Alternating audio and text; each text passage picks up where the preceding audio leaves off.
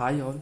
आज हम बात करेंगे कि बैकएंड इंजीनियर क्या होता है, कैसे आप बैकएंड इंजीनियर बन सकते हैं। ये सब बातें मैं आज एज अ पॉडकास्ट टाइप से बताने वाला हूँ। तो इस वीडियो को आप सुन सकते हो, ठीक है। आप साइड में रख के इसे आप ध्यान से सुन सकते हो। कुछ पॉइंट्स होंगे जो मैं यहाँ नोटपैड में लिखूँगा, जो आपके रेफरेंस की हेल्प करेगी, ठीक है। तो चलिए शुरू करते हैं कि एक बैकएंड इंजीनियर होता क्या है, कौन होता है एक बैकएंड इंजीनियर। तो बैकएंड इंजीनियर एक टेक्निकल प्रोफेशन होता है जो वेब एप्लीकेशन या सॉफ्टवेयर के डेवलपमेंट पर काम करता है। वो वेबसाइट के बैकएंड सिस्टम के डेवलपमेंट और मेंटेनेंस में काम करता है, जिसमें डेटाबेस सर्वर, एपीआई और डिफरेंट कंपोनेंट शामिल होते हैं। बैकएंड इंजीनियर का ऑब्जेक्टिव डेटा को स्टोर करना होता है, उसे प्रोसेस करना होता है और उसे सिक्योर रखना होता है। जो आम यूजर्स होते हैं वो फ्रंट एंड की हेल्प से इंफॉर्मेशन एंड सर्विस को प्रोवाइड करने के लिए यूज होता है। तो हम जान गए कि बैकएंड इंजीनियर क्या होता है।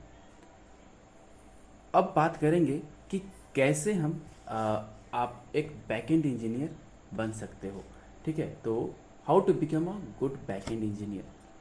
तो एक अच्छे बैकएंड इंजीनियर बनने के लिए टेक्निकल स्किल्स, प्रैक्टिकल एक्सपीरियंस और कंटिन्यूअस सीखने और इम्प्रूवमेंट पर फोकस करने जैसे स्टेप्स की आवश्यकता होती है। मैं कुछ स्टेप्स हैं जिन्हें आपके सामने रखने जा रहा हूँ। तो फर्स्ट स्टेप्स कौन सा है, वो है see this. First step is learn a programming language. आप अगर बैकएंड इंजीनियर बनना चाहते हो तो मस्ट है कि आपको एक प्रोग्रामिंग लैंग्वेज आना चाहिए। तो बैकएंड इंजीनियर आमतौर पर या तो पाइथन, जावा, रूबी या नोड जेएस जैसी प्रोग्रामिंग लैंग्वेज का यूज करते हैं। उन प्रोग्रामिंग लैंग्वेज में से कोई भी एक लैंग्वेज को आप चुनें और उसे पढ़ना और सीखना स्टार्ट करें। उसके सिंटैक्स को समझें, उसके डेटा स्ट्रक्चर को समझें और ख़ास तौर पे जो कॉमनली यूज्ड लाइब्रेरीज या फ्रेमवर्क्स है उसको पढ़ें और समझें, ठीक है। ये तो हो गई कि शुरुआत कहाँ से करें। उसके बाद जो नेक्स्ट स्टेप आता है कि आप डेटाबेस और एसक्यूएल को समझें, ठीक है। तो बैकएंड इंजीनियर अक्सर डेटाबेस का यूज़ डेटा को सेव करने के लिए और उसको रिट्रीव करने के लिए करते हैं। तो आप माइस्क्यूएल, पोस्टग्रेस और मंगोडीबी जैसे डेटाबेस मैनेजमेंट सिस्टम को आप यूज करें और उसको समझने की कोशिश करें। एफिशिएंट एसक्यूएल क्वेरीज को लिखने की कोशिश करें और डेटाबेस स्कीमास को समझने की कोशिश करें। अब अगर बात करें इसके बाद कौन सा एक स्टेप है जो इम्पोर्टेंट है, तो मैं बात करूँगा वो है, स्टेप ही मिल गया, वो है कि कोई भी एक फैमिलियर हो जाइए सर्वर साइड फ्रेमवर्क से, ठीक है।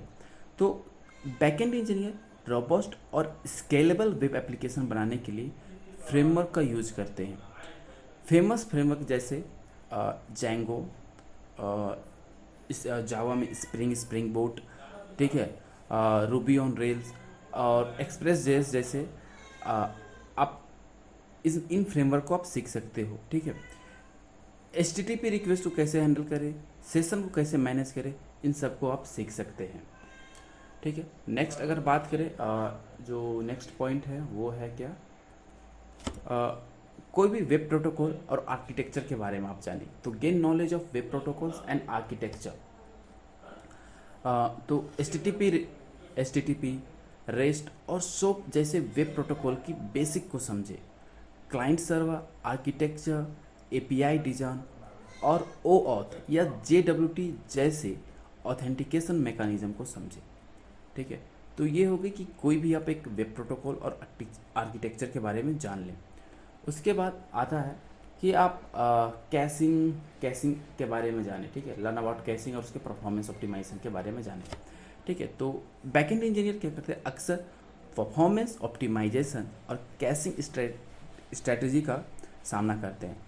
Caching layer, CDN content delivery network और डेटाबेस क्वेरी ऑप्टिमाइजेशन टेक्निक, इन सभी कॉन्सेप्ट को आप अच्छे से पढ़े और समझे। और नेक्स्ट स्टेप की बात करें तो नेक्स्ट स्टेप होता है वर्जन कंट्रोल का प्रैक्टिस करें।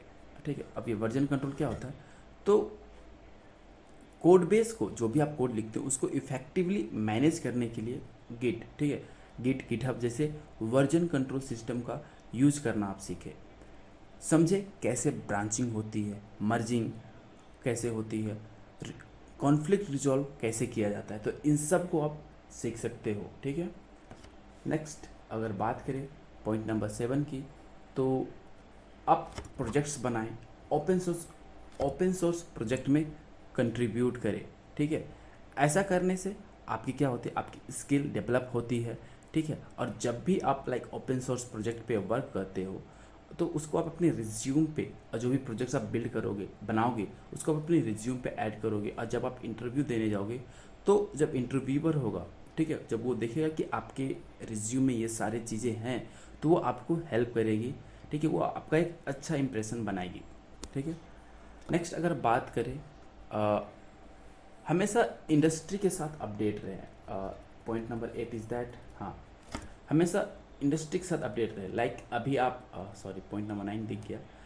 अभी आप क्या कि आप पढ़ रहे हो, ठीक है, तो होगा कि time to time languages change होते रहते। ठीक है, तो बैकएंड डेवलपमेंट एक बहुत ही स्पीड से चेंज होता हुआ सब्जेक्ट है। हमेशा अपडेटेड रहे, लेटेस्ट फ्रेमवर्क को समझे टूल्स के साथ। ठीक है, और आदत डाले टेक ब्लॉग्स को पढ़ने का, सोशल मीडिया पर रिलेवेंट कम्युनिटीज़ को आप फॉलो करें, और कोई भी कॉन्फ्रेंस अगर इस तरीके से होती है या मीटअप्स होती है उसको अटेंड करें, उसे अटेंड करना ना भूलें। ठीक है, नेक्स्ट है कि आप अन्य डेवलपर के साथ मिलके काम करें। ठीक है, कोलैबोरेट विथ अदर डेवलपर्स, तो अदर डेवलपर के साथ प्रोजेक्ट पर काम करें, कोडिंग कंपटीशन में भाग लें। इन कंपटीशन में पार्टिसिपेट करने से आप बहुत कुछ सीखोगे और काफ़ी एक्सपीरियंस भी आपको मिलेगा। ठीक है, उसके बाद क्या होता है, इतना सब करने के बाद आपको जो भी कोड आप बनाए हो उसे आप टेस्ट करो, मतलब वो प्रॉपर वर्क कर रहा है या नहीं कर रहा है, उसमें सिक्योरिटी का कोई इशू तो नहीं है। ठीक है, तो आप जो भी कोड लिखो वो प्रॉपर वर्क कर रहा है या नहीं, इसके लिए जो भी कोड आप लिखते हो उसको टेस्ट करें। इन सब बातों की इम्पोर्टेंस को समझें, कोड में सिक्योरिटी को कैसे यूज करें, इन सबको सीखें, किसी भी कॉमन वल्नरेबिलिटीज़ के बारे में जानें, कोड के बारे में। ठीक है, और कुछ ठीक है, ये हो गई 10th पॉइंट। और लास्ट बट नॉट लिस्ट ये है हमेशा कंटिन्यू पढ़ते रहे और अपने आप को इम्प्रूव करते रहे। तो बैकएंड इंजीनियर एक ऐसा फील्ड है जहाँ ज़रूरी होता है कांस्टेंट लर्निंग की, हमेशा न्यू टेक्नोलॉजीज़, फ्रेमवर्क्स और लैंग्वेज को सीखने और अपने स्किल को इन्हांस करने की। हमेशा क्यूरियस रहें, कंटिन्यूस सेल्फ इम्प्रूवमेंट में इंगेज रहें और न्यू चैलेंजेस को स्वीकार करने के लिए सीखने की इच्छा हमेशा बनाए रखें। ध्यान दें, एक अच्छा बैकएंड इंजीनियर बनना एक जर्नी है जहां डेडिकेशन और प्रैक्टिकल एक्सपीरियंस की ज़रूरत होती है। ये जो भी स्टेप्स मैं लगभग 11 स्टेप्स आपको बताएं, ठीक है, हाँ अभी सब दिख रहे हैं, ये सभी स्टेप्स को आप अच्छे से फॉलो करें। ठीक है, और अपने स्किल्स को अप्लाई करें तो आप एक अच्छा बैकएंड इंजीनियर बन सकते हो। ठीक है, तो ये थी वीडियो कि आप एक अच्छा बैकएंड इंजीनियर कैसे बन सकते हो।